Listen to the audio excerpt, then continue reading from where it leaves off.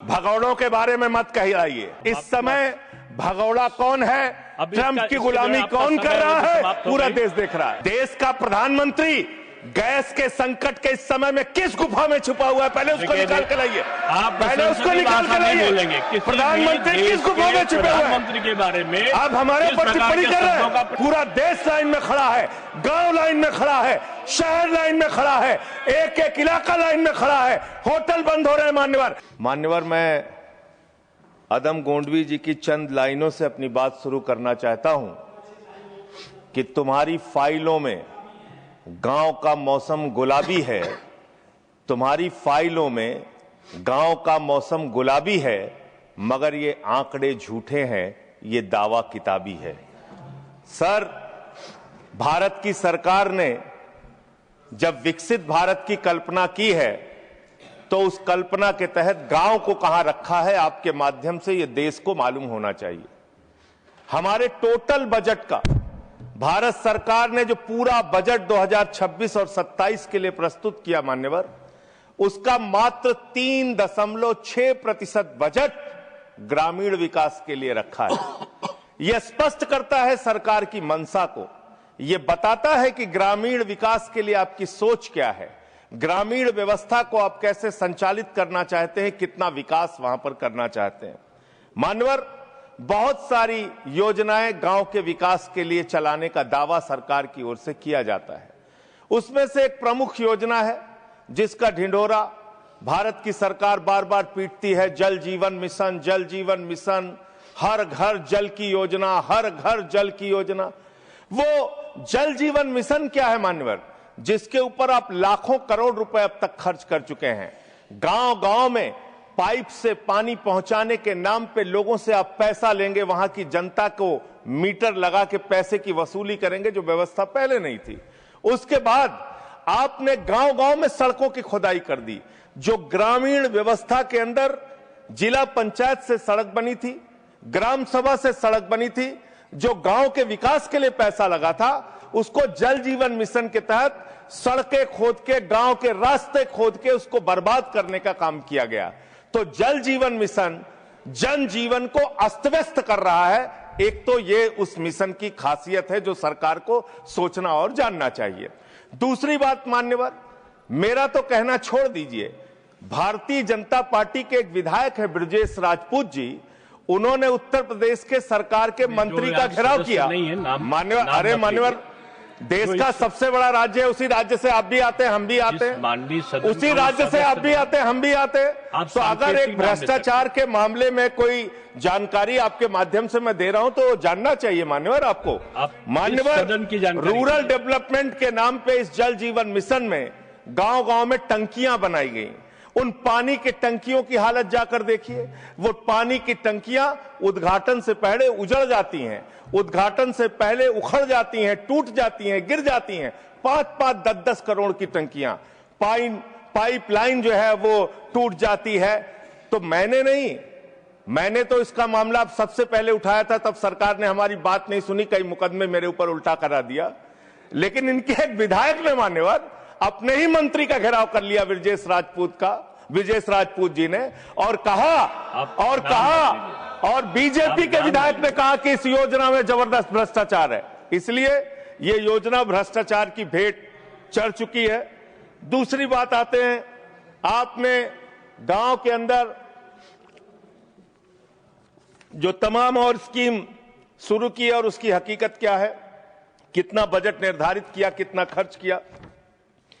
आपने मान्यवर मनरेगा के तहत 25-26 में 86,000 करोड़ रुपए निर्धारित किया था बजट में, और इस बार 26-27 में आपने 88,000 करोड़ रुपए मनरेगा के लिए निर्धारित किया। जब आपने 86,000 करोड़ रुपए निर्धारित किया तो आपकी गारंटी थी 100 दिन की। जब आपने 88,000 करोड़ रुपए निर्धारित किया तो आपकी गारंटी है 125 दिन की, और आप कह रहे हैं हम 60% भागीदारी करेंगे। पिछले कई वर्षों से, जब से प्रधानमंत्री नरेंद्र मोदी जी बने हैं इस देश के, और जब से भारतीय जनता पार्टी की सरकार है, मनरेगा की स्कीम में इस सदन के अंदर मैं पूरे जिम्मेदारी से बोलना चाहता हूं, एक भी साल में 50 दिन से ज्यादा आपने रोजगार नहीं दिया। मनरेगा स्कीम को आपने मारने का काम किया, खत्म करने का काम किया, और उसके बाद आपने कह दिया 40% राज्य सरकारों की हिस्सेदारी होगी, जो राज्य सरकारें ज्यादातर घाटे में चल रही हैं। चलिए, वो भी आपने कर दिया जो आपको करना था, आपने स्कीम पास कर दी जी राम जी की।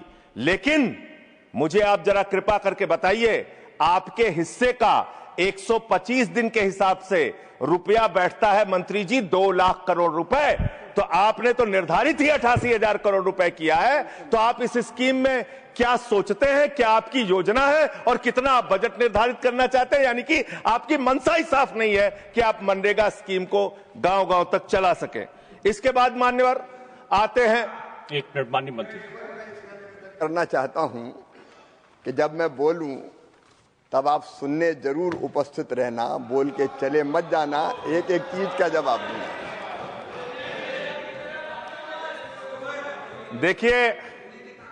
देखिए मान्यवर, भगौड़ा इस समय कौन है पूरा देश जान रहा है।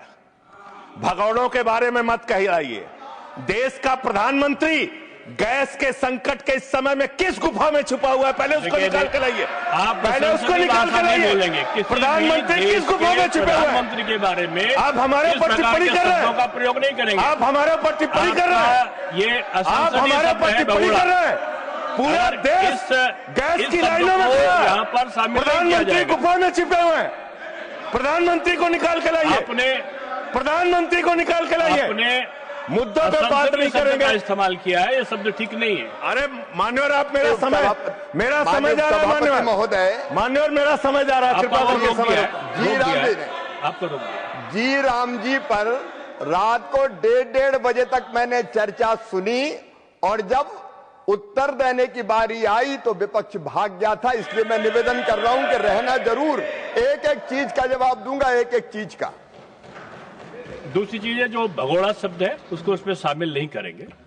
जी मान्यवर, बात करते हैं ग्रामीण विकास की। आप बात कर रहे हैं, उज्ज्वला स्कीम के तहत 8 से 10 करोड़ सिलेंडर गांव में आपने बांटे हैं, और 10 से 11 करोड़ सिलेंडर के कनेक्शन लोगों ने अपने आप से लिए हैं। 21 करोड़ सिलेंडर के कनेक्शन गांवों में हैं।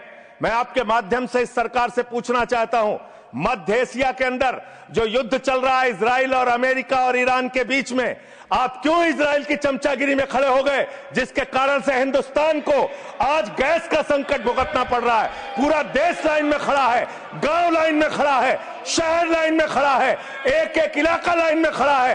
होटल बंद हो रहे हैं मान्यवर, मोरवी के अंदर गुजरात में टाइल्स की फैक्ट्रियां बंद हो रही है मान्यवर। आपने क्या हालत की है? आप राज्यों के साथ न्याय नहीं करते, आप ग्रामीण व्यवस्था के साथ न्याय नहीं करते। आपने बनारस के अंदर 4200 एकड़ जमीन वहां के किसानों की जबरन कब्जा की। 2013 का जो अधिकरण का नियम है, वो नियम आपने लागू नहीं किया। वहां लाठियों से किसानों को पीट के प्रधानमंत्री के संसदीय क्षेत्र में जमीनें कब्जा करने का काम आपने किया। जो पंजाब पूरे देश का पीडीएस सिस्टम चलाता है, 50% भागीदारी पंजाब के किसानों की होती है। आपने पंजाब के रूरल डेवलपमेंट का 8,000 करोड़ रुपए मार के बैठे हुए। आप बताइए क्यों आपने पंजाब का हिस्सा नहीं दिया? क्यों आप वहां के साथ सौतेला व्यवहार कर रहे हैं? बताइए इस देश को और पंजाब के लोगों को। वहां पर बाढ़ आई, आप भी गए थे मंत्री जी वहां पे दुख जताने के लिए। आपने वहां की भयावह परिस्थितियों को देखा था। बावजूद इसके 1600 करोड़ रुपए की मदद आपने घोषित की थी। 16 पैसे आपने पंजाब को नहीं दिए। 16 पैसे। यह आपकी दुर्भावनापूर्ण नीति है जो राज्यों को भुगतनी पड़ रही है, जो देश को भुगतनी पड़ रही है। और ग्रामीण विकास के नाम पर आपने इस देश के गांव में रहने वाली जनता को लगातार धोखा देने का काम किया है, लगातार उनको ठगने का काम किया है। चाहे वो आंगनबाड़ी की स्कीम हो, आंगनबाड़ी की कार्यकर्तियां, हर काम में उनको आप लगा देते हैं, लेकिन आप उनको पैसा देने के नाम पर आपको हंसी आएगी, हंसी आएगी, हंसी आएगी।